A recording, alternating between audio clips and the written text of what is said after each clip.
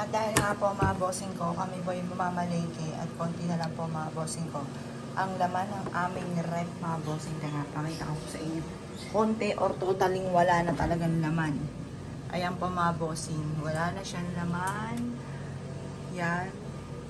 Giniling na lang na pang sahog-sahog lang.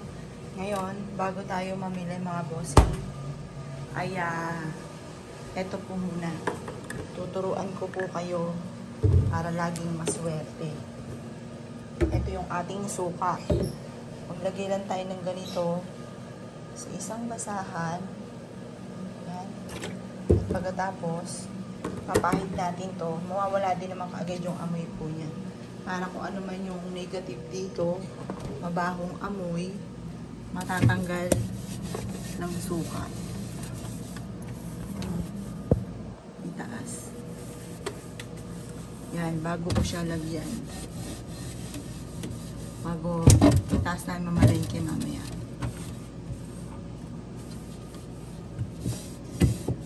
Yan. Pang-alis to ng negative.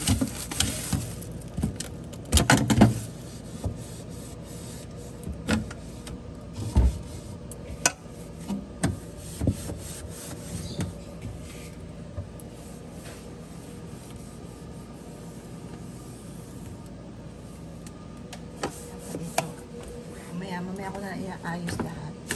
Mga pure lang po yan. Kami nagbigay sa amin ng ice cream.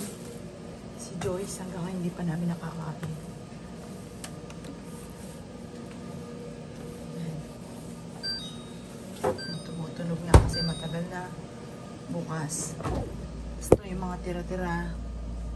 Tira-tira pagkain. Yan. Kasi ito naman rep namin kung saan nagdi-defrost. Pero syempre, yung pagpupunas ng ganito, walang magkukusa niya kundi ako lang din.